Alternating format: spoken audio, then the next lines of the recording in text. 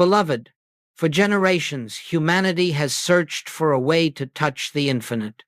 We have prayed for it, worked for it, fasted for it, visualized it, begged for it, and still the heart is restless, still the mind wanders, still the soul whispers. There must be something more. In our modern age, two powerful streams have risen in the spiritual landscape. One is old, familiar, wrapped in ancient rituals and doctrines. The other is new, radiant, filled with bright slogans about energy, vibration, and manifestation. And yet, if you look deeply, you will find that both streams, though sincere, often leave the seeker standing in the same place, longing, searching, reaching outward for what already lives within. So today, we must come together in stillness to examine this question. What is the reality behind Christ consciousness? Not as the world defines it, not as religion frames it, not as modern spirituality markets it, but as the infinite revealed it to those who are ready to hear. You see, my friends, the spiritual world today is filled with noise. Everyone speaks of awakening. Everyone speaks of power. Everyone speaks of secrets, techniques, frequencies, codes, but very few speak of the one truth that dissolves, all seeking the truth that Christ. Consciousness is not something to attain. It is something to recognize, something to awaken to, something to remember. It is not distant. It is not hidden. It is not reserved for saints, masters, mystics, or some chosen few. Christ consciousness is the very essence of your being, waiting patiently behind every thought, every fear, every desire, every attempt to improve your life by human means. Yet, because we do not understand the nature of this presence, we turn outward. Some turn toward religion, hoping the right prayer will move God's hand. Some turn toward manifestation, hoping the right technique will bend the universe to their will. But listen carefully. Both approaches begin with the same fatal assumption that God and man are separate. And wherever the belief in separation exists, the experience of lack must follow. The religious mind says God is out there, I must reach him. The metaphysical mind says power is out there, I must attract it. But the awakened mind, the mind illuminated by Christ consciousness, gently whispers, I and the Father are one. Ah, there it is, the truth that silences all striving today. Let us set aside the outer forms, the arguments, the doctrines, the systems. Let us set aside the desire to fix life, improve life, manipulate life. For Christ consciousness does not come to those who grasp at the world, it comes to those who release the world and discover the kingdom within. The purpose of our time together is simple: to reveal why modern manifestation and traditional religion both fail to satisfy the soul, and why Joel Goldsmith pointed to a higher way, a way not of attraction, not of obedience, but of recognition. You are not here to learn how to pull blessings toward you. You are here to discover that the source of all blessings has never been absent for a single moment. You are not here to harness divine power. You are here to realize that divine power is the substance of your own being. You are not here to find Christ consciousness. You are here to awaken to what you already are. So as we begin, let us rest in this simple truth. What you seek is seeking to reveal itself through you. Not tomorrow, not after years of disciplines and affirmations, but now, in this very moment, if you will but become still enough to hear. Now, beloved, having set the foundation, let us step forward into the next understanding, the two great misunderstandings that have shaped humanity's search for God. Beloved, let us now look with honesty and quiet clarity at the two great misunderstandings that have shaped humanity's spiritual life for centuries. These misunderstandings are not born of malice nor of ignorance, but of the innocent belief that God is separate from us. From this one assumption, the entire fabric of confusion is woven. The first misunderstanding is this: that spirit is a tool, something you use to acquire what you desire. This is the foundation of modern metaphysics, and the countless manifestation systems that flood our world today. They speak of the universe as a mechanism, of consciousness as a lever, of prayer as a technology. And so the seeker begins to treat the infinite as a cosmic vending machine. Give me the right affirmation, and I will get the right result. Give me the correct vibration, and the universe must deliver my request. Give me the secret technique, and I will finally have what I lack. But listen gently. Any attempt to use God instantly reveals the belief that God is missing, distant, unavailable. And the moment you believe God is absent, lack must appear in your experience. Spirit cannot be used. Spirit cannot be manipulated. Spirit cannot be summoned. Not because spirit is withholding, but because spirit is already all there is, fully present, fully complete, fully expressing itself as your very being. One does not summon what is already here. One does not attract what is already one with oneself. One only recognizes. The second misunderstanding is its mirror opposite. If the first treats God as a tool, the second treats God as a reward.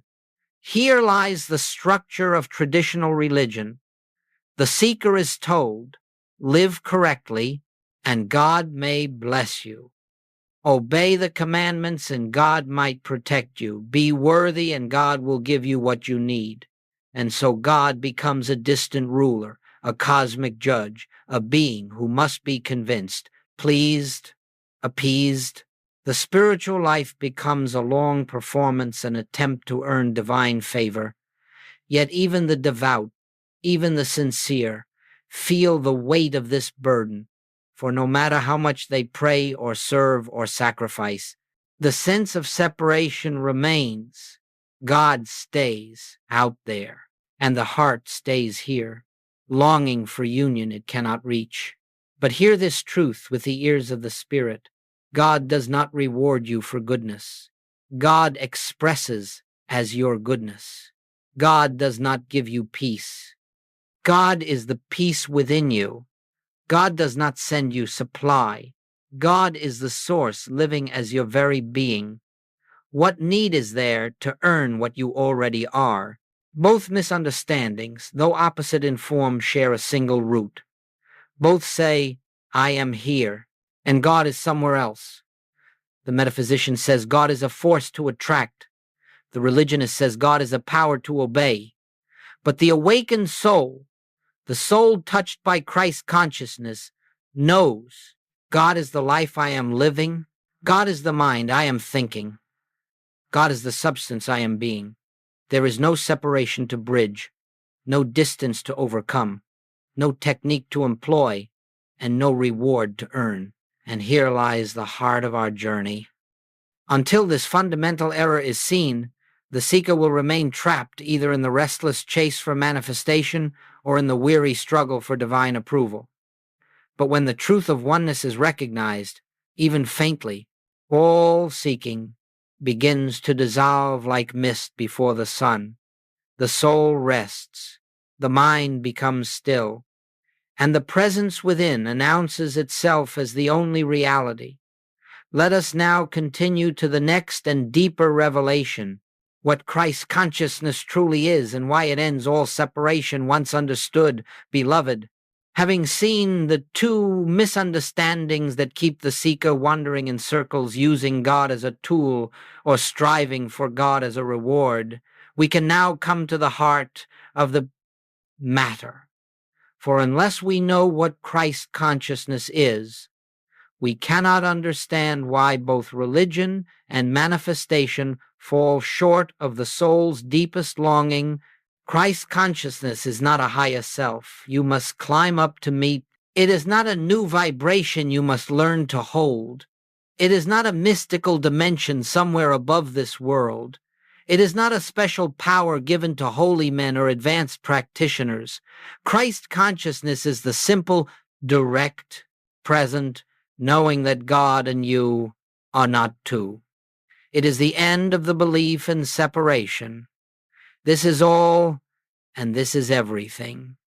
It is the awareness, quiet, unforced, and unmistakable that the very life-living you is the infinite life itself.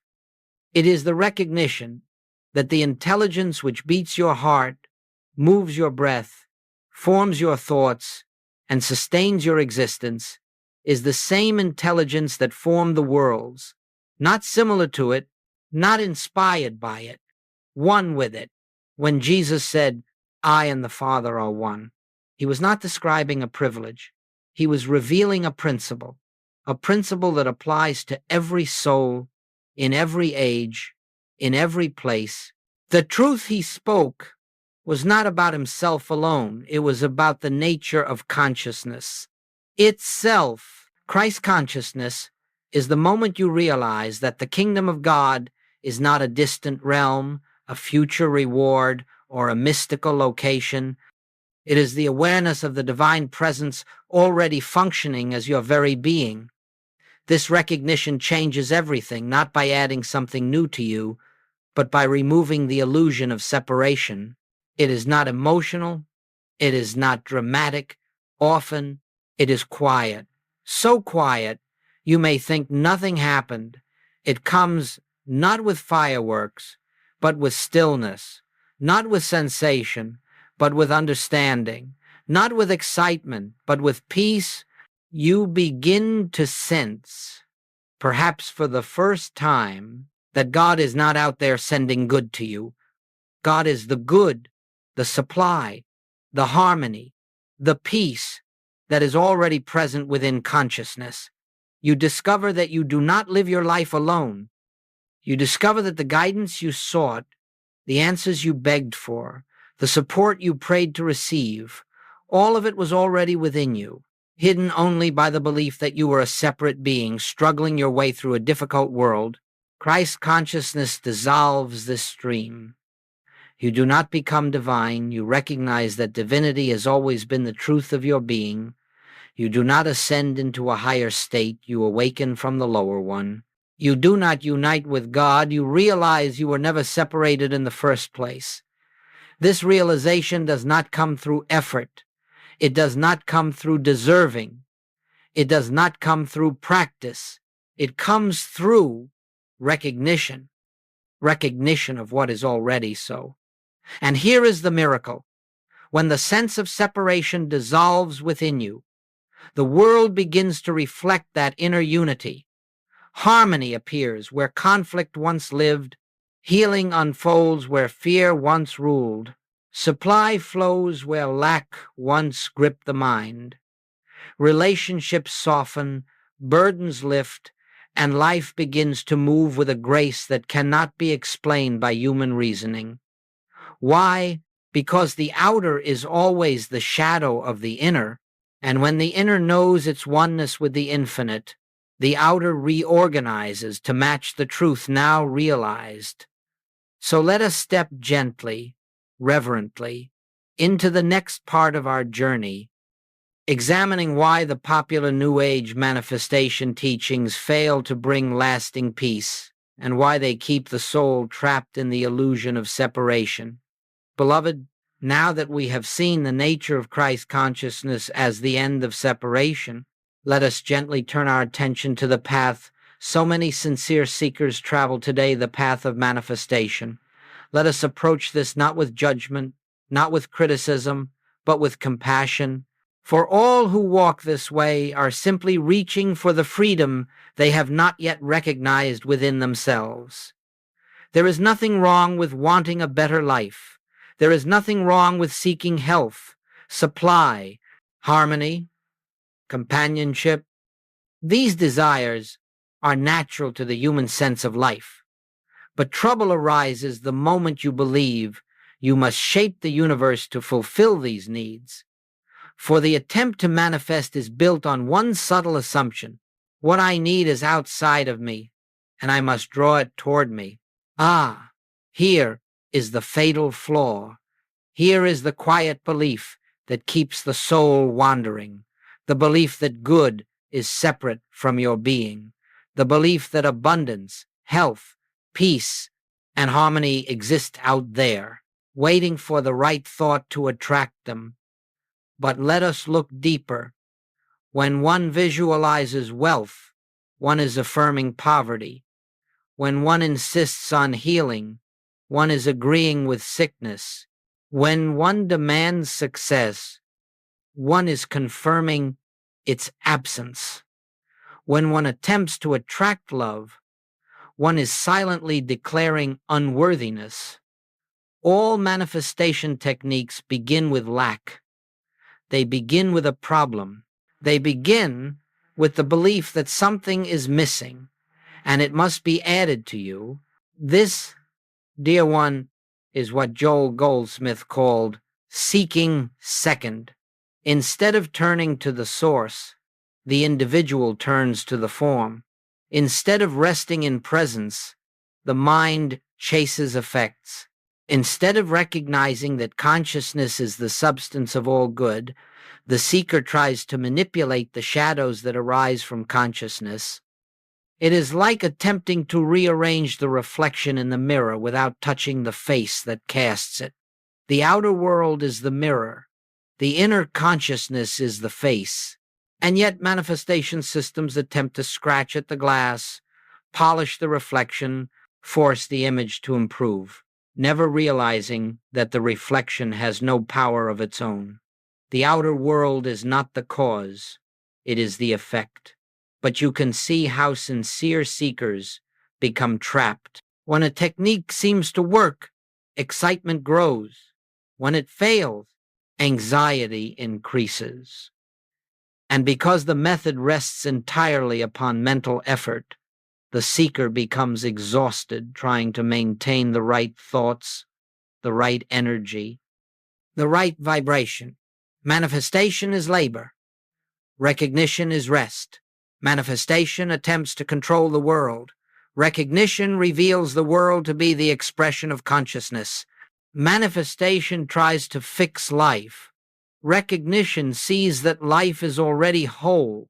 Manifestation says, I will change my thoughts to improve my experience. Recognition says, my experience is the shadow of the truth I acknowledge. Do you see the difference? One approach depends on human will. The other rests in divine realization. One approach strives to get.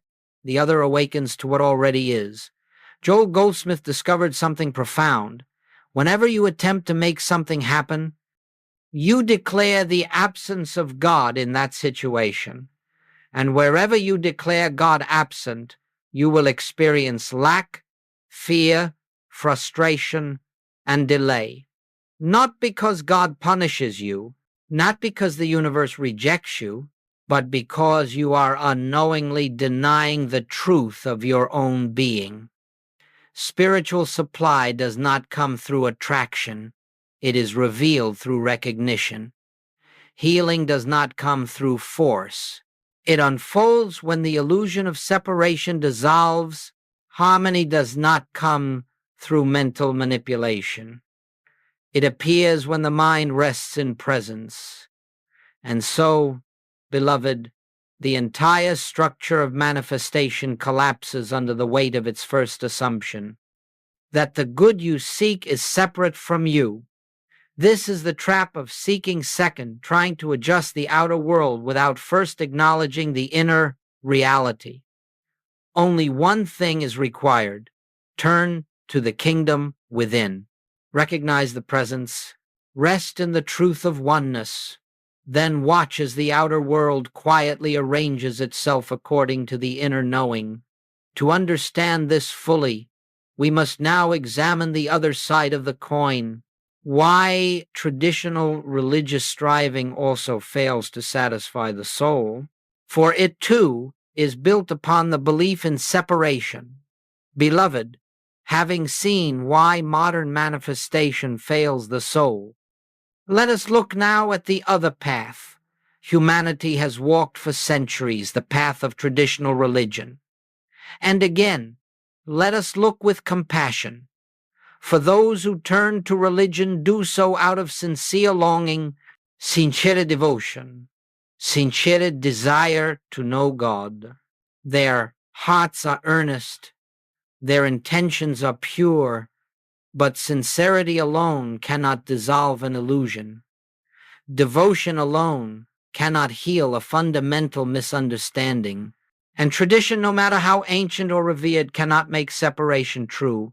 The religious seeker has been taught for generations that God is a being outside of themselves, a father in the sky, watching, judging, rewarding, withholding, a God who must be pleased, a God who must be obeyed, a God who may intervene if one prays hard enough, believes strongly enough, sacrifices deeply enough. So the seeker lives with a constant inner tension, a quiet fear, an unspoken question. Am I worthy? Am I good enough? Have I done enough to earn God's blessing? This is not spiritual living. This is spiritual striving. The religious mind imagines God as distant, separate, beyond reach, and therefore it lives as a beggar, hoping, pleading, bargaining. Lord, hear my prayer. Lord, send your healing.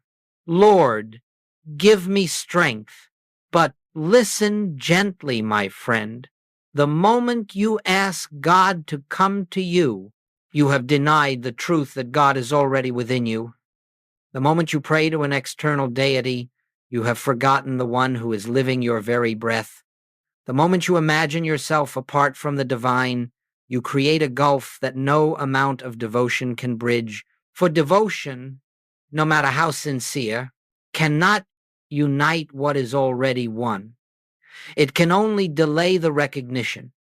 Traditional religion places the seeker under a burden, the burden of spiritual performance, the burden of trying to earn what already belongs to them, the burden of praying to a God who has never been absent. It is a heavy load. It wears down the mind. It exhausts the heart. And yet, even the most faithful often find that their prayers echo back in silence, not because God is withholding, but because the prayer begins with the false belief that God is somewhere else. Joel Goldsmith discovered the liberating truth. God is not a reward for obedience. God is the substance of your being. You cannot earn what you already are. You cannot persuade the presence. You cannot convince the infinite. You can only awaken to it. The kingdom of God is not reached through striving. It is revealed through stillness, through recognition, through the gentle inner knowing that I and the Father are one, until this truth dawns. The sincere religious seeker remains outside the gates of a kingdom that is not locked, merely unseen. And so both paths, the modern metaphysical path and the ancient religious path, share one root error: the belief that God and man are separate. One tries to use God, the other tries to please God, but both affirm distance, both affirm absence, both affirm a separation that exists only in the human mind, and thus neither can bring the peace, the healing, the supply, the guidance that the soul seeks. For these do not come through reaching outward, they flow naturally when one turns inward and recognizes the presence already living as themselves. Now that we have seen the limitations of both extremes, we may step into the true heart of this teaching, the radical middle way Joel Goldsmith revealed, the way of recognition, not manipulation, the way of oneness realized, not oneness attained. Beloved, having seen why both the path of manifestation and the path of religious striving fail the seeker, let us now turn toward the true spiritual way, the way Joel Goldsmith lived, taught, demonstrated, and proved. It is not the way of effort. It is not the way of techniques. It is not the way of belief. It is the way of recognition. Recognition is the turning point. It is the moment the heart stops reaching outward and begins to awaken inward. It is the moment the mind stops grasping and begins resting. It is the moment the soul hears a quiet truth and knows, perhaps for the first time, the entire spiritual journey has been an illusion because I have never been separate from God. What makes this path radical is not that it is new. It is radical because it removes every structure the ego depends upon, the structure of control, the structure of effort, the structure of achieving, the structure of deserving. All of that dissolves in the light of recognition. For recognition does not say, God will bless me if I do this or believe that. Recognition does not say, I will manifest my good when I learn the right formula. Recognition says simply, God already is. And because God is, all that concerns my life is already fulfilled within the One. This is not a philosophy. This is a state of consciousness. This is the inner doorway to Christ, awareness. Joel never taught people how to manipulate the world. He taught them how to see that the world has no power in and of itself. He never taught people how to attract things. He taught them how to recognize that all supply flows from the infinite that is already within. He never taught people how to get healing. He taught them how to see that wholeness is the nature of spiritual being. This is why he said, you cannot use God, for God is not an object. God is the subject, the very subject of all life, all activity, all expression. And this is why he also said you cannot bring God to a situation, for God is not outside of anything. God is the reality of everything. Yes, beloved, this is a radical idea. It strips away the comfort of human control and replaces it with something far more powerful, divine assurance, in the way of recognition. You do not declare truth to make it true. You declare truth because it is true. You do not affirm good to make good appear. You acknowledge good because good is the nature of God, and God is the nature of you. You do not visualize perfection to attract it. You rest in perfection because it is the eternal condition of your being. Recognition is a seeing. Recognition is an unveiling. Recognition is an inner opening through which the presence announces itself, sometimes softly, sometimes suddenly, but always unmistakably. And what does this recognition reveal? It reveals that the very consciousness with which you listen to these words is the same consciousness that formed the stars. It reveals that the peace you long for is not something you must earn. It is the foundation of your existence. It reveals that the supply you seek is not dependent on effort or fortune. It flows from the infinite invisible. It reveals that the healing you pray for is not something to be achieved. It is the truth already established in spirit. It reveals that the harmony you desire with others is not a negotiation between personalities. It is the natural expression of oneness realized.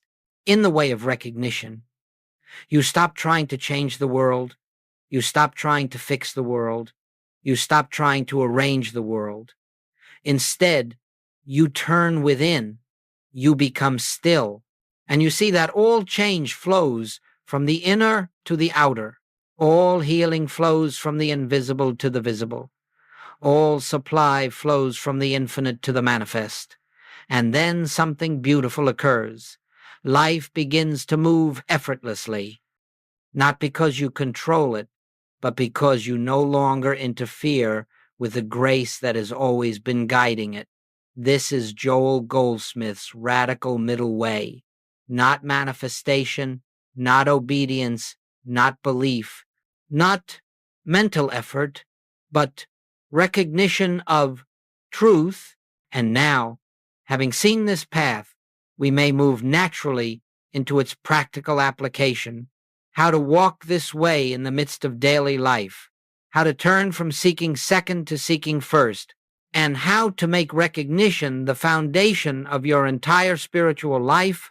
Beloved, now that the foundation has been laid, now that we understand the illusion of separation, the futility of outward seeking, and the quiet majesty of recognition, we may gently turn toward the practical application of this truth. For truth is not merely to be admired, it is to be lived. It is to become the atmosphere in which you think, breathe, act, and rest. The infinite way is not a system of techniques. It is not a set of affirmations. It is not a ritual to perform. It is not a mental exercise. It is simply this: the continual return to the awareness of the presence within. This return is so gentle that the human mind overlooks it. It is so simple that the intellect dismisses it. It is so quiet that the world cannot perceive it. And yet, it is the very power that dissolves fear, heals the body, restores harmony, and reveals supply. Let us walk through this living recognition step by step, not as a formula, but as a movement of consciousness. 1. Be still, let the world rest outside the door of awareness before anything else. The soul must learn the sacred art of stillness. Stillness does not mean the absence of thought. It means the absence of striving. It means the willingness to lay down the burden of trying to fix your life, understand your life, or direct your life. When you become still, you are quietly declaring, I will not seek solution through the human mind. I turn now to the infinite. This stillness is the open window through which grace enters to acknowledge the one presence. I and the Father are one. In this quiet, gently bring awareness to the truth. There is one presence, one power, one life, and that life is the substance of my being. You do not say this to convince yourself. You say it to recognize what is already so. This simple acknowledgement is the beginning of spiritual vision. It is the moment the veil begins to thin. 3. Release the problem. Let appearances be what they are. Do not fight the appearance. Do not deny it. Do not treat it as something to be corrected. Whether it is a financial concern, a health challenge, a relationship conflict, or an inner fear, let it be. For the moment you attempt to fix it, you declare it real. And the moment you declare it real, you bind yourself to it. Instead, rest in the quiet recognition. This problem has no power of its own. Only God is power. You shift your attention from shadow to light. 4. Rest in the presence. Let divine intelligence do the work. Here lies the heart of the practice. You do not speak to God. You listen for God. You do not request. You become receptive. You sit in the silence, not trying to think truth, but allowing truth to reveal itself. You rest without strain in the awareness that there is an infinite presence always functioning as your life.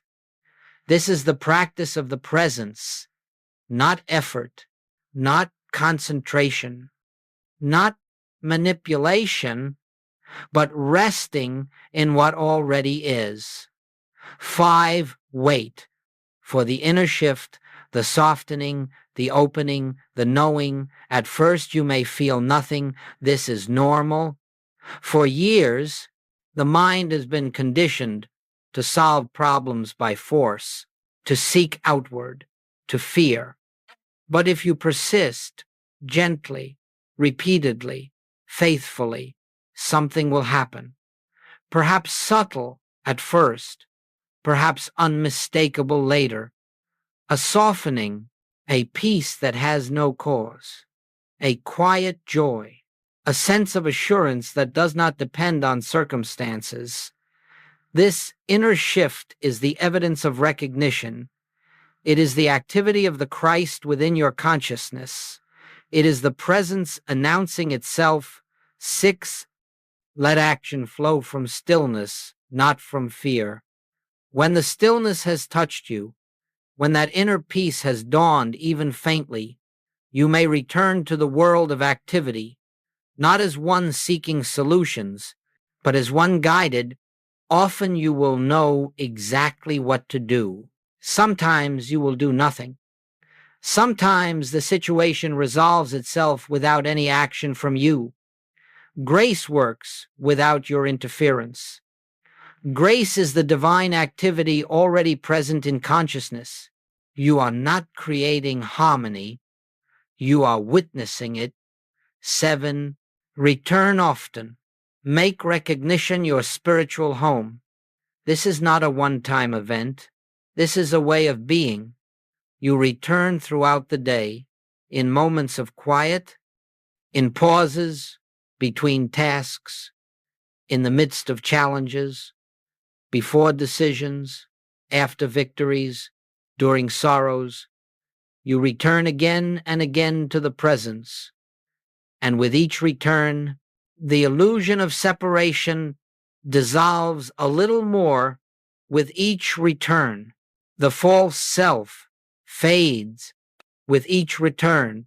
The Christ within becomes your identity, your refuge, your guiding light. Beloved, this is the practical method, not to manifest, not to force, not to manipulate, but to recognize truth. It is simple, it is gentle, it is immediate, and it brings a transformation no technique can produce. Now that we have seen how to practice recognition, we may proceed naturally into the fruit of this practice.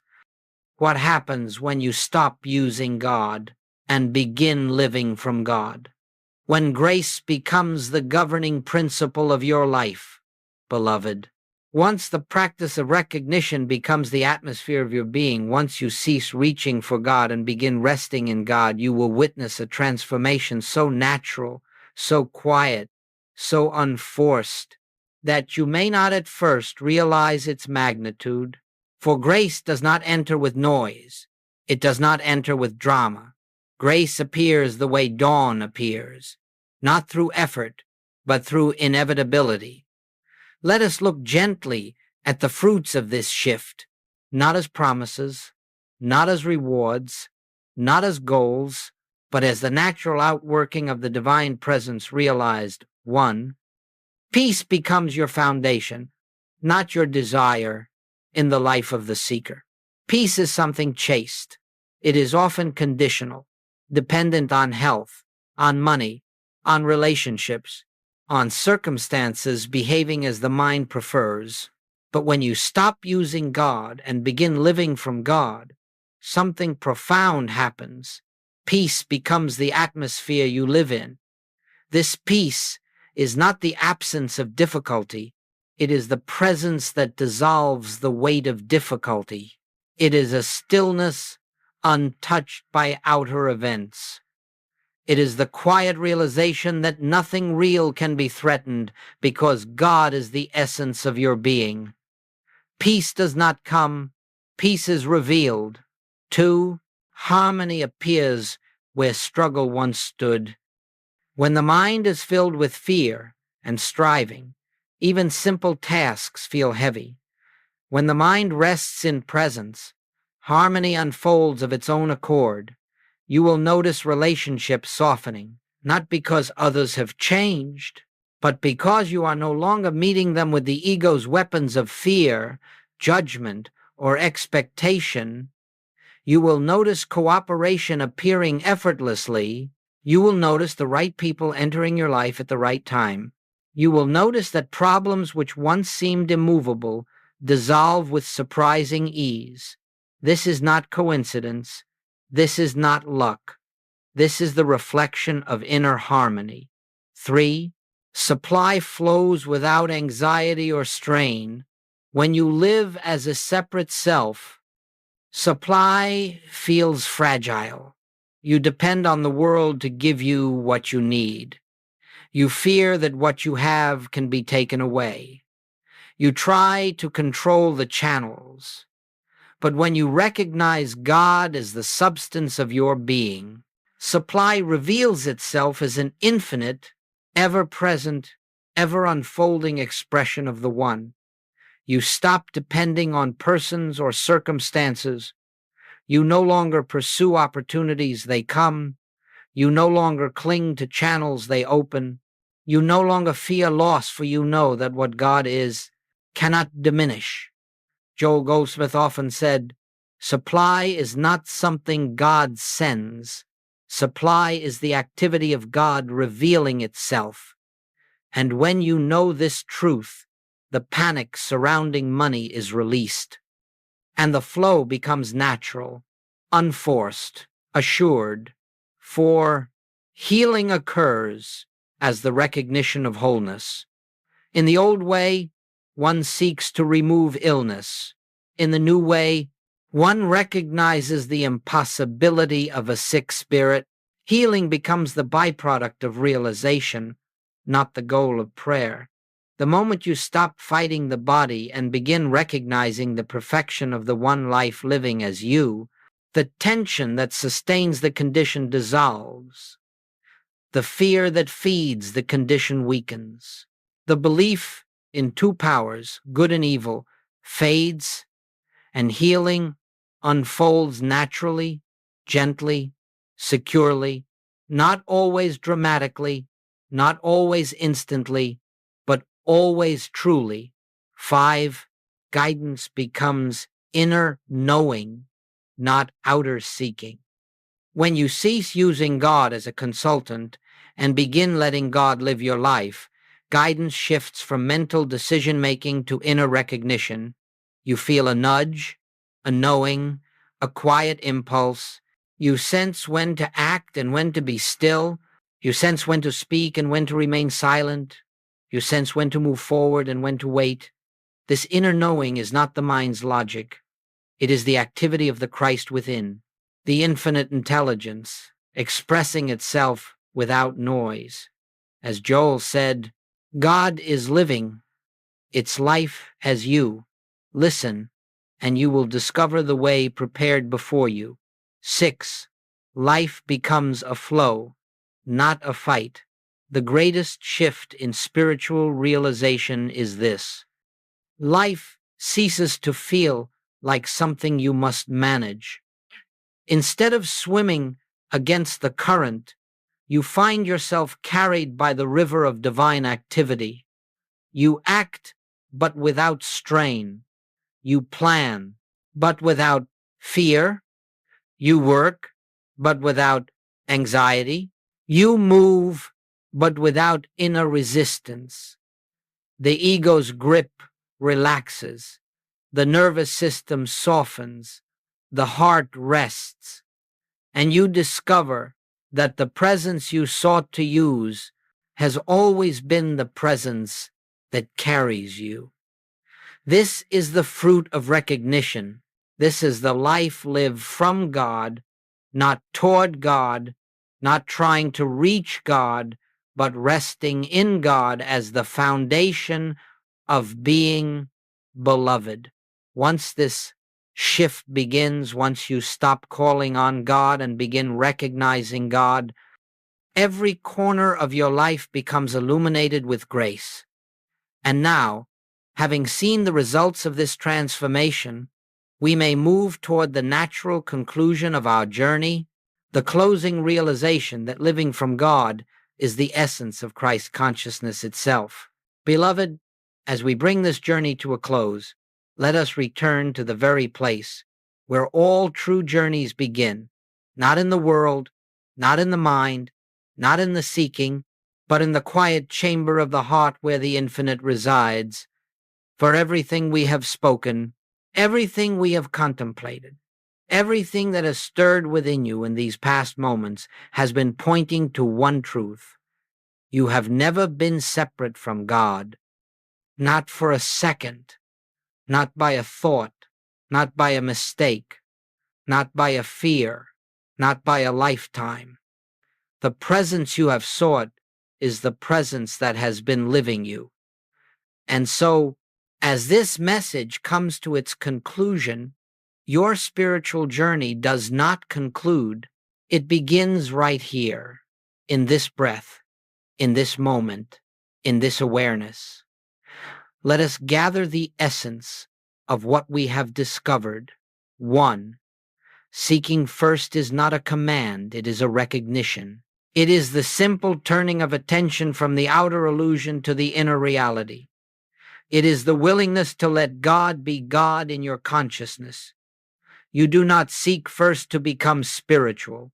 You seek first because you are spiritual. You are awakening to your own nature. 2. The presence within is the only source, power, and life. You need not convince it. You need not petition it. You need not move it. You have only to recognize it. And in that recognition, everything unfolds as it must. 3. Life unfolds gracefully when you stop interfering, when the personal will relaxes, when the anxious mind softens, when the grasping ceases. The activity of the Christ becomes visible, not because you have achieved something, but because you have ceased obscuring what has always been true. 4. The spiritual path is not about improvement, it is about revelation. You are not perfecting a human being. You are unveiling the infinite being that has been hidden beneath fear, conditioning, and belief. The kingdom is not reached, it is revealed. 5. The practice is beautifully simple. Be still, acknowledge the presence, release appearances, rest in the silence. Let action arise from inner knowing. This silence, this recognition, this awareness is the doorway to the kingdom. As Joel often said, we are not seeking to bring God into our experience. We are seeking to recognize that God is the essence of our experience. 6. You walk forward, not toward God, but from God. Every step you take after this moment is taken as one who knows, I live, yet not I. The presence lives itself as me. This is the beginning of effortless living. This is the foundation of spiritual realization. This is the heart of the Christ consciousness.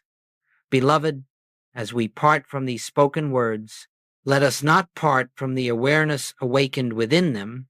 Let there be a moment, just a breath, where you turn inward now, quietly, gently, sincerely, and recognize the kingdom of God is here. The presence is here. The I, the life, the love, the one is here. In you, as you. Now, carry this awareness with you. Return to it often. Let it become your resting place, your refuge, your identity. And as you do, everything that once felt separate will dissolve into oneness. Everything that once felt heavy will lift. Everything that once felt uncertain will become clear. This is the gift. This is the truth. This is the way. Blessings. Beloved, rest now in the presence that has never left you.